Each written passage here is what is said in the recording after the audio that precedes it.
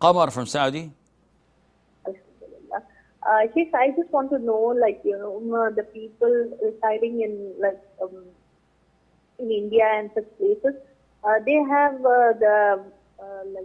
they worship the graves and all. They just go and they ask the people.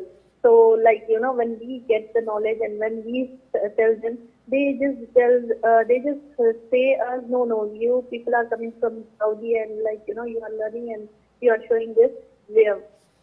So, actually, my question is how to just correct these people, and with what belief, with what proof we can just make them correct, and especially regarding the Milad they are celebrating. They are giving when we are telling not to do this thing, they are just giving false false proof from different hadiths, and they are writing this is the correct hadith. You people are having wrong knowledge, and you people are stopping us from doing this, the Milad of Prophet Muhammad sallallahu alaihi wasallam.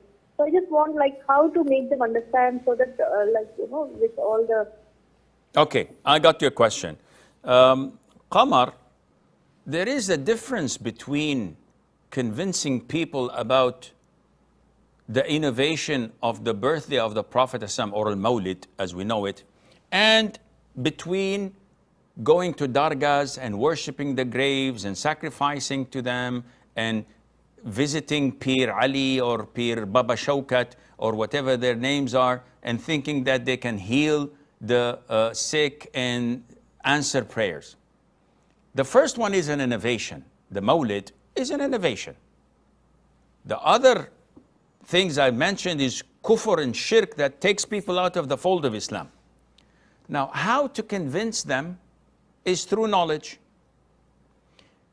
I know that if you go to India or to Pakistan, the moment you open your mouth and say that this is innovation or haram or kufr or shirk, they would point their finger and say, Wahabi, Wahabi.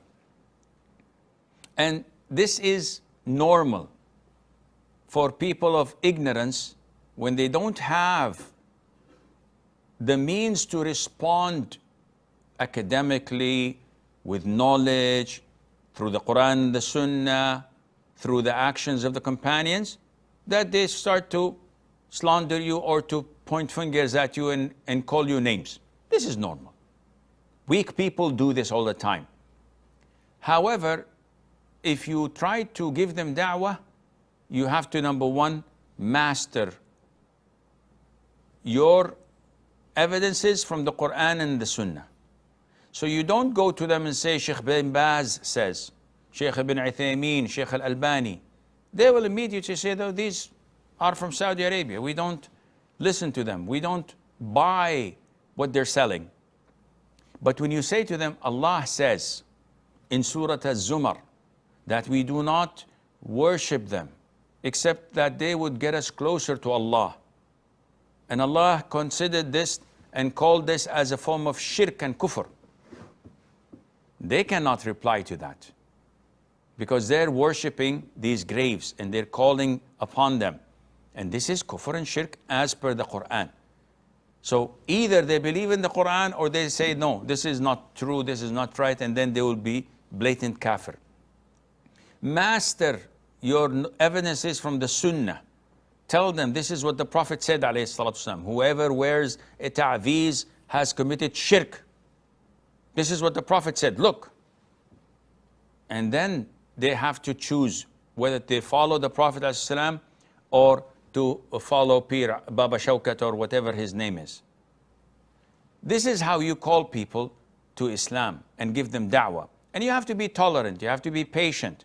The Prophet ﷺ was patient and tolerant for 13 years in Mecca, giving them da'wah while they will not accept it. So you have to follow suit, and may Allah make things easy.